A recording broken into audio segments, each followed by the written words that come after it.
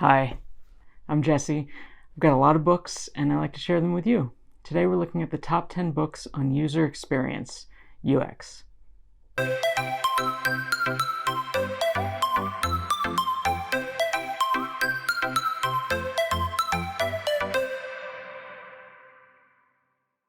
So I want to start by talking a little bit about my history with user experience. I started my career in the late 90s as a web developer and graphic designer. I went to school for art, and I shifted into user experience and became a UX designer and the head of UX at several companies before then shifting again into product management. And along the way, I've read a lot of books on user experience, and I certainly have my favorites. So let's go through them. Starting off at number 10, we've got The Design of Everyday Things. So this is a classic. This is such a classic that you might be wondering, if you're familiar with it at all, why it's number 10 and not number 1. Well, it's hard to read. It is a long book. It is pretty dense, and it is pretty repetitive. But it is a classic. It kicked off the whole user experience thing. The guy who wrote it, Don Norman, is a genius. Look him up on YouTube. He's got some really funny videos. He's famous for his doors. Half of this book is about the fact that most doors are really poorly designed, that encourage you to push when you should pull and pull when you should push, and those became known as Norman doors. It's a great book. It's well worth reading, but if you want a quicker primer to user experience, there's some better books on this list. Number 9 is Hooked. This was a bestseller, really popular book about psychology, about what makes products succeed or fail in the marketplace, how you increase learner engagement, how you get users to engage with your products to make them into habits.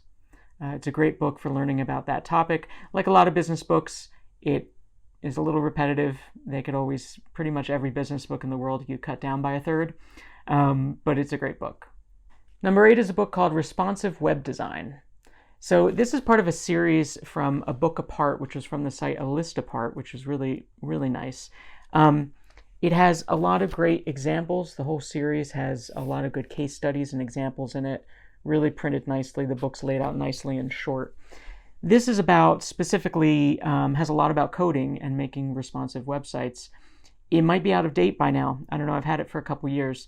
But the point is you should definitely get at least one book or watch a little bit about coding. Learn a little bit of HTML, CSS, JavaScript if you want some front-end stuff. If you're going into user experience, it's extremely helpful to understand the logic of how things are designed. We're talking here, of course, about web and mobile, about digital products, but this is really useful for that. Okay, this next one's a little unconventional. So this is Understanding Comics. This is a classic in the comics field by Scott McCloud, which shows you how comics and graphic novels work. And it is a comic itself, which is super useful. How does this relate to user experience? Well, he talks about how comics are basically just the art of laying out words and pictures together to communicate things. Or similarly, laying out words, pictures, and graphic elements. And this is what graphic design is, and this is what user experience is. And with the comics, he shows how you can make the user the reader make their eyes follow certain places on the page and convey surprise and convey delight and convey all different emotions as you're designing on a page. And this is really useful to extrapolate into graphic design and user experience. Okay, number 6, Designing for Emotion. This is another one in the A Book Apart series that's really good. But this one focuses on manipulating, that's the wrong word, you're not really manipulating, but driving different emotions as you focus on them in your design, and just the importance of thinking through what the users are feeling and what they're thinking as they use your site or product. So this is a really great book. Okay, top 5. This is Simple and Usable. This book is extremely simple and usable, which is great. It has, well, you can see a lot of tabs where I marked it up, which is really useful, but the whole book is laid out with a page of text on the left and an image on the right. It's incredibly easy to read, to skim, to browse, to find things that you're interested in. And just sort of talks about the goal of making things as simple and easy to use as possible, with lots of real examples of before and afters, of real world objects, of different types of products. Definitely doesn't focus just on digital, but has a whole range of different types of products. And it's a great book, simple and usable. Okay, this next book is one of my favorites, and it's one that I've lent out or recommended to a lot of different people. It's called Why We Fail.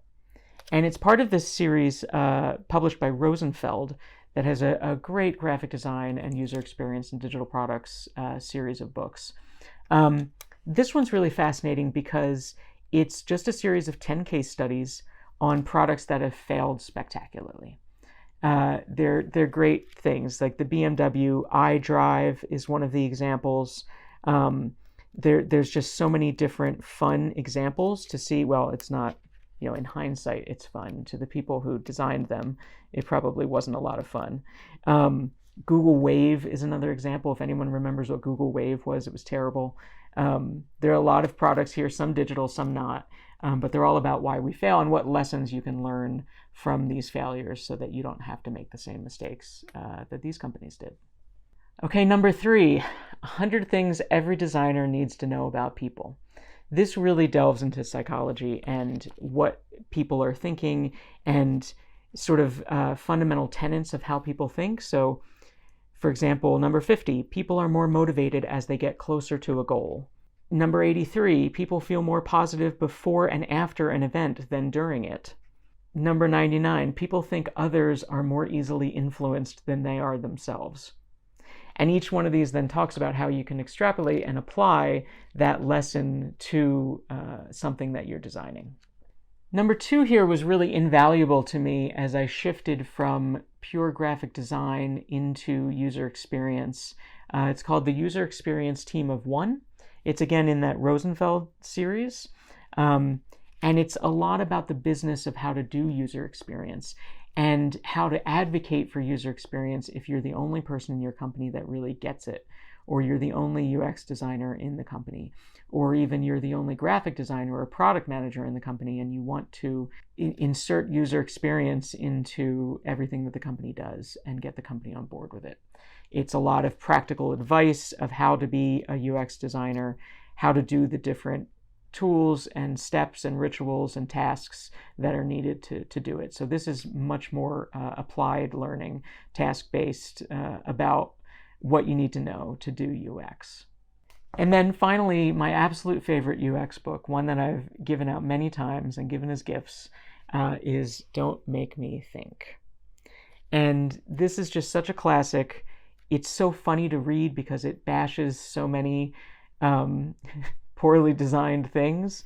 It's laid out really nicely with lots of images and pictures and case studies and examples and fun things.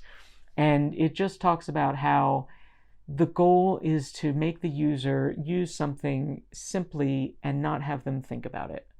As you're doing a task, you shouldn't be thinking about how you're doing the task. You should just think about the content and what you're doing.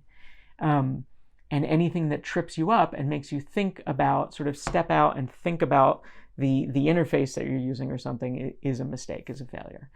And it has a lot of great advice, has a lot of great examples, and it's just a wonderful book to read. I recommend everyone, not even in the UX field, should read it to really understand the products that we use in the world. And it's called Don't Make Me Think. So that's all we have for now. These are the top 10 books on UX. Hope you enjoyed it. Please like and subscribe, and stay tuned for more books.